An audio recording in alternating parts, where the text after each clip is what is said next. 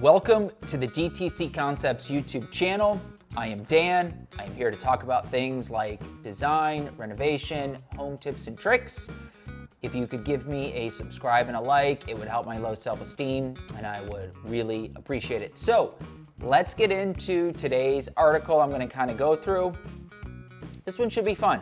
6 dated home decor pieces you need to throw out ASAP according to designers. So this is from Yahoo, so this was obviously sent to me from somebody born in the 80s. Let's dig in. All right. First one, disposable mass-produced pieces. Yeah, I'd say that's fair. I mean, it's just things that you don't care about. I would say some stuff you could keep, mass-produced.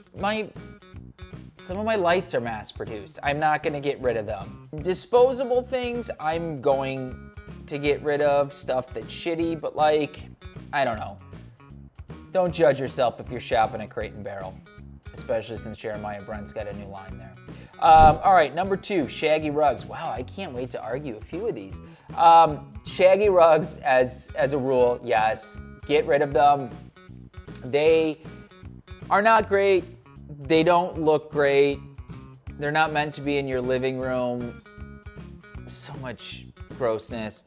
My one area that I would argue this is a kid's room. They could be great for kids. They love it, super cozy. Outside of a kid's room, I would say yes, absolutely ditch it. And if you do put it in a kid's room, vacuum a few times a week. And obviously, as everybody probably already is doing this because they should, have your rugs professionally cleaned twice a year. Because if you're not doing that, what are you even doing? Okay, so yeah, I'm gonna agree, get rid of it, but the exception would be your child's room. This next one, there is no exception to this rule. Sputnik chandeliers and Edison bulbs. Yes, in our flipper fix project that we just did, the first thing I told them I wanted to do was take out the Sputnik chandelier that every horrible flipper who does not give a shit what you feel inside of your home puts in. So get rid of that. Edison bulbs, I don't know, man. I don't know why these were ever a thing. Outside string lights, yeah, okay. Edison bulbs inside, no, frosted glass, 2700K, warm light. Nobody needs to be looking at the way a light bulb works. You're not driving a car with the hood off of it. Okay, barn doors. The fact that this was ever a thing is bad. Yeah, barn doors, 100% agree. You should not have them. Recently took a trip to San Francisco to see one of my favorite artists play for the 3rd time this year. Shout out Zach Bryan. There was a barn door in the hotel. What world do I not want a seal around a bathroom door that I'm in or my partner is in? They're not great. The tracks are heavy. No, just get rid of it. Just get rid of it. I 100% agree. Yahoo, you were spot on with this one. Let's see. All white and gray decor. Many people associate the white and gray color combo with the early 21st century. Yeah, I mean, it was never a good thing. I still sort of have a life goal of never doing a white kitchen again. I've only done a couple, to be honest, not a ton. They serve their place. In the home, the cold grays were never my thing. Growing up in a cold weather environment, I always leaned for something warmer. For years, I used Revere pewter like they were never going to make it again. Shout out Benjamin Moore, still a great color.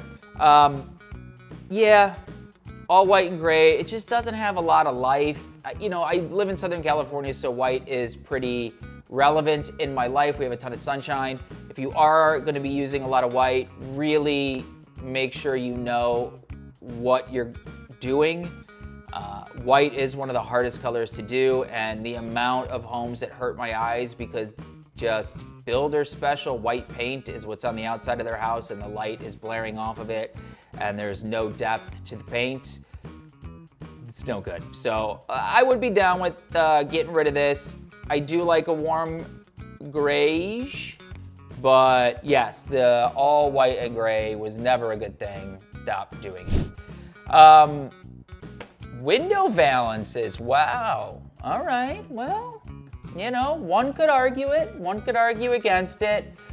The uniformity takes me back to my grandmother's home in the 70s and 80s, the designer says.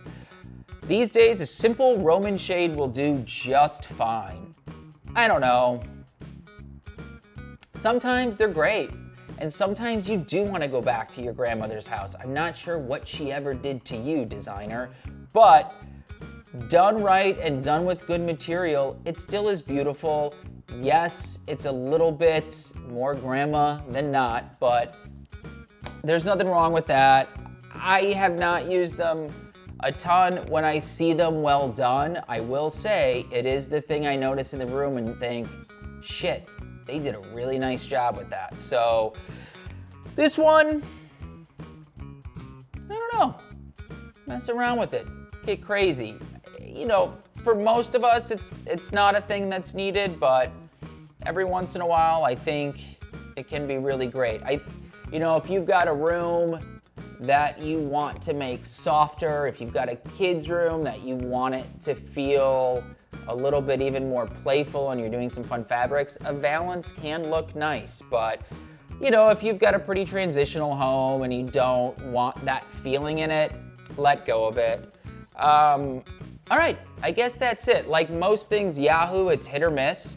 But if you're still rocking a Yahoo email address, chances are you've seen this article. Those are my thoughts on it.